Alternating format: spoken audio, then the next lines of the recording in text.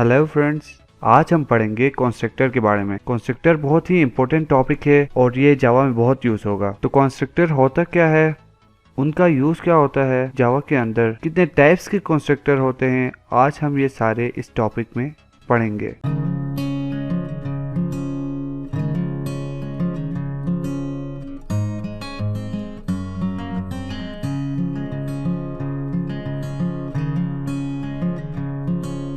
सबसे पहले हम पढ़ेंगे कि कंस्ट्रक्टर होते क्या है और हम इसको बनाते कैसे हैं। कंस्ट्रक्टर को बनाने के लिए हमारे पास कुछ रूल्स हैं। उन रूल्स को देखते हुए हम कंस्ट्रक्टर को क्रिएट करें।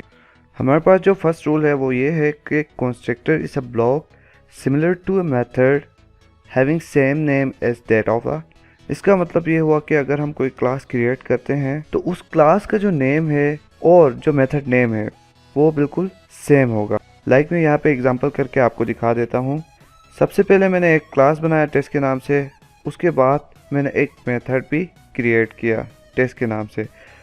तो ऊपर जो रूल हमने मेंशन किया हुआ है उसके मुताबिक हमारे पास जो है मेथड का जो नाम है वो क्लास के नाम से मैच कर रहा है। तो इसका मतलब है कि रूल के मुताबिक ये एक कंस्ट्रक्टर है।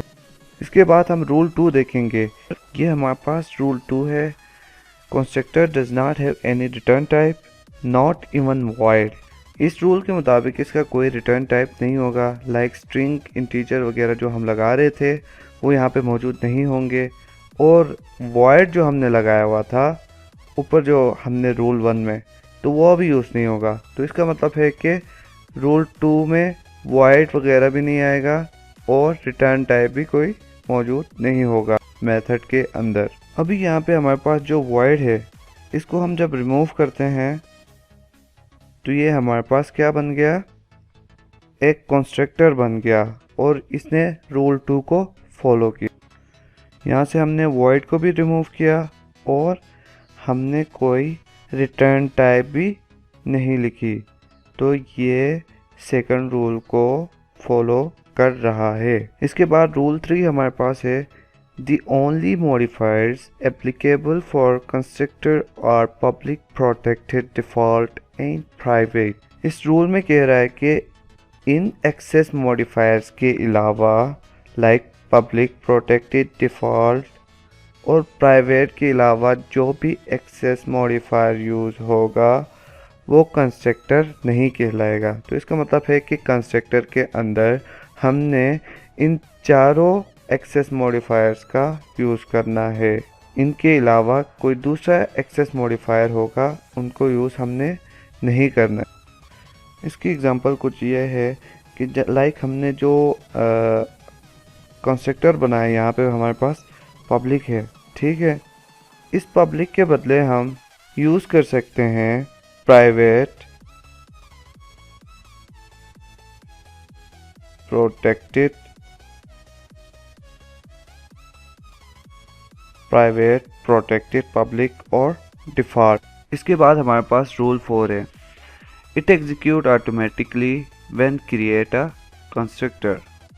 इसका मतलब ये है कि जब हम कोई ऑब्जेक्ट बनाते हैं तो कंस्ट्रक्टर ऑटोमेटिकली कॉल होगा। यहाँ पे मैंने एक ऑब्जेक्ट क्रिएट किया हुआ है। यहाँ से जब मैं ऑब्जेक्ट क्रिएट करता हूँ तो ये क्या करेगा, ये जो मेथड है ये डायरेक्टली इसको कॉल करेगा। तो ये हमारे पास जो है ये रूल 4 है। कंस्ट्रक्टर को क्रिएट करने से पहले हमें इन 4 रूल्स का बड़ा ख्याल रखना पड़ेगा। फर्स्ट रूल में ये कह रहा है कि हमारे जो कंस्ट्रक्टर होगा ये सेम एज मेथड होगा और ये क्या होगा, क्लास का जो नेम होगा और मेथड का जो नेम होगा वो सेम होगा। सेकंड पॉइंट या सेकंड रूल जो हमारे पास है इसमें ये कह रहा है कि सेकंड रूल के अंदर कंस्ट्रक्टर का कोई रिटर्न टाइप नहीं होगा, इवन void भी नहीं होगा। इस बात का आपने ख्याल रखना है। थर्ड रूल के अंदर हमें ये देखना है कि एक्सेस मॉडिफायर जो हैं पब्लिक, प्रोटेक्टेड और प्राइवेट के अलावा हमने कोई दूसरा एक्सेस मॉडिफायर यूज़ नहीं करना है। और लास्ट वाला जो पॉइंट है इसमें ये कह रहा है कि जब हम कोई ऑब्जेक्ट क्रिएट करते हैं तो कंस्ट्रक्टर ऑटोमेटिकली कॉल होगा। ये चारों पॉइंट्स हमने याद रखने हैं और यही आप अपने डिफिनीशन में भी इंक्लूड कर सकते हैं। अब हम पढ़ेंगे कि कंस्ट्रक्टर की नीड हमें क्यों होती है, और हम ये देखेंगे कि अगर हमारे पास कंस्ट्रक्टर नहीं होता है तो हमें क्या प्रॉब्लम्स पेश आती हैं। यहाँ पे मैं एक क्लास क्रिएट करता हूँ एम्प्लॉय के नेम से। ये एम्प्लॉय के नेम से मैंने एक क्लास क्रिएट कर दी है। इसके बाद में यहाँ पे हम दो इंस्टेंस वेरिएबल क्रिएट करेंगे। यहाँ पे मैंने दो वेरिएबल्स क्रिएट किए हैं, एक स्ट्रिंग नेम का वेरिएबल और दूसरा इंट एम्प्लॉय आईडी का वेरिएबल। इसके बाद हम क्रिएट करेंगे एक ऑब्जेक्ट। यहाँ पे मैंने एक मेन मेथड बनाया हुआ है और यहाँ पे ऑब्जेक्ट क्रिएट किया हुआ है ई के नाम से। अभी ई जब हम क्रिएट करते हैं तो ये स्पेस लोकेट करेगा किसके लिए, एक स्ट्रिंग नेम के लिए और इंट एम्प्लॉय आईडी के लिए। फॉर एग्जांपल जब हमने ऑब्जेक्ट क्रिएट किया तो इसने अपना स्पेस एलोकेट किया। स्पेस एलोकेट करने के बाद यहाँ पे नेम की जो वैल्यू आ गई वो नल आ गई और एम्प्लॉय आईडी की वैल्यू 0 आ गई।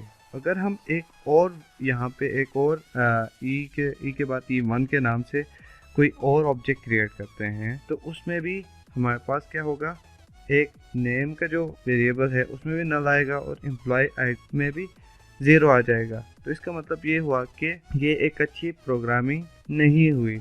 हमारे पास एक और अप्रोच है जिसके ज़रिए हम जो नेम है और एम्प्लॉय आईडी है इसको कॉल करवा सकते हैं। वो है अप्रोच है ऑब्जेक्ट।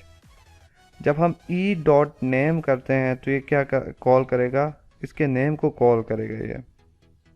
और जब हम एम्प्लॉय आईडी की बात करें, जब E dot employ ID is equal to 1 assign करें तो फिर ये एम्प्लॉय आईडी को असाइन होगा 1। यहाँ पे हमारे पास एक ऑब्जेक्ट है इसीलिए हमने दो लाइंस लिखी। अगर हमारे पास मल्टीपल ऑब्जेक्ट्स हो, फॉर एग्जांपल हमारे पास मल्टीपल एम्प्लॉयज हों, तो उनके लिए फिर हमें क्या करना पड़ेगा, अलग ऑब्जेक्ट बनाना पड़ेगा। अगर हमारे पास 1000 एम्प्लॉयज हैं तो हमें कितने लाइंस लिखने पड़ेंगे, 1000 मल्टीप्लाई बाय उनके ऑब्जेक्ट को हमने 2 बार कॉल करवाना है। ये जो अभी एक्स्ट्रा कोडिंग है इससे बचने के लिए हम क्या करते हैं, कंस्ट्रक्टर का इस्तेमाल करते हैं। अभी मैं आपको समझाता हूँ। यहाँ पे मैंने एक कंस्ट्रक्टर क्रिएट कर लिया एम्प्लॉय के नेम से। तो हमने पढ़ा था कि कंस्ट्रक्टर को हम कैसे क्रिएट करते हैं, जो क्लास नेम होगा वहीं मेथड का भी नेम होगा और इसमें कोई वॉइड यूज नहीं होगा और एक्सेस मॉडिफायर हमारे पास क्या होंगे, public, protected, default and private. Constructor के हमारे पास 3 टाइप्स है। यहाँ पे मैं जो कंस्ट्रक्टर क्रिएट कर रहा हूँ ये पैरामीटराइज कंस्ट्रक्टर है। यहाँ पे मैंने 2 वेरिएबल जो थे उनको लिखा, एक स्ट्रिंग नेम और एक इंट एम्प्लॉय आईडी। 2 वेरिएबल जो है हमने लिखना है। 2 वेरिएबल लिखने के बाद हमने क्या करना है, this dot name is equal to name और this dot employ ID is equal to employ ID करना है। और उसके बाद हमने क्या करना है, यहाँ पे जो ऑब्जेक्ट्स हैं उसमें क्या करना है, इनकी वैल्यूज लिखनी है। लाइक नेम क्या है, मैं कोई नेम लिखता हूँ लर्निंग एसएप और मैं आईडी लिखता हूँ 111। अभी ये जो लर्निंग एसएप है ये कहाँ जाएगा, ये जाएगा यहाँ पे स्ट्रिंग नेम में और एम्प्लॉय आईडी यहाँ पे जाएगी।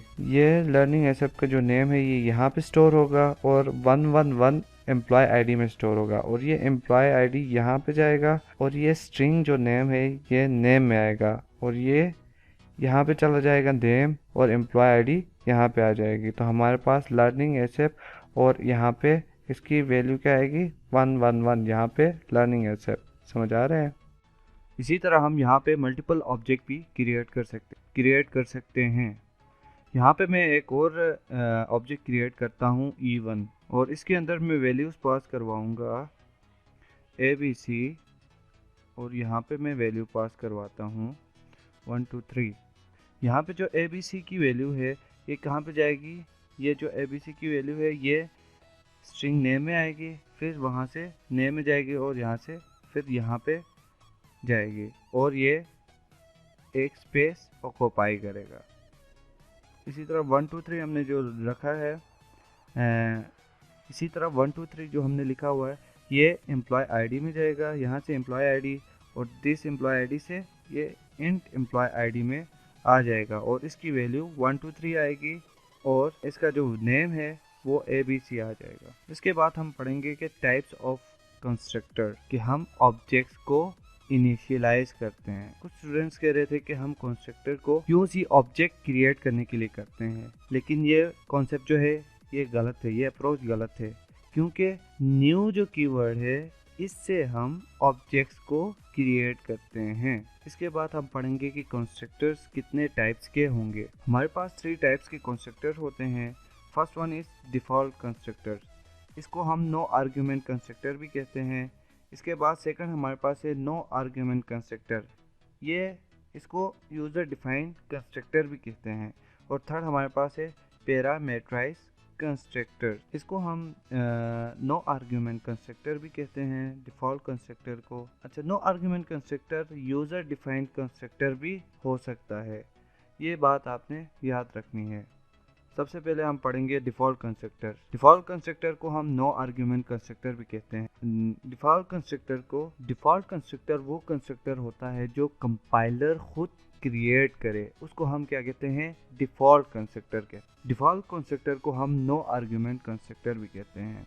और ये जो नो आर्ग्यूमेंट कंस्ट्रक्टर है या डिफ़ॉल्ट कंस्ट्रक्टर है, ये कंपाइलर खुद क्रिएट करेगा। लाइक मैं कोई क्लास क्रिएट करता हूँ टेस्ट की, और इसके बाद मैं इसका मेन मेथड क्रिएट करता हूँ। जब मैं टेस्ट क्लास का कोई ऑब्जेक्ट क्रिएट करता हूँ तो ये बाय डिफ़ॉल्ट क्या करता है, एक कंस्ट्रक्टर क्रिएट करता है यहाँ पे, और इस कंस्ट्रक्टर के अंदर कोई आर्ग्यूमेंट्स मौजूद नहीं होते हैं, इसीलिए हम इसको नो आर्ग्यूमेंट कंस्ट्रक्टर भी कहते हैं। सेकंड हमारे पास है no argument constructor. No argument constructor को हम यूज़र डिफाइंड कंस्ट्रक्टर भी कहते हैं। अगेन मैंने यहाँ पे एक क्लास क्रिएट किया और इसके बाद मैंने क्लास का एक मेन मेथड बनाया, और यहाँ पे मैंने एक मेन मेथड बनाने के बाद मैंने एक ऑब्जेक्ट क्रिएट किया। ऑब्जेक्ट क्रिएट करने के बाद मैं यहाँ पे एक कंस्ट्रक्टर बनाता हूँ।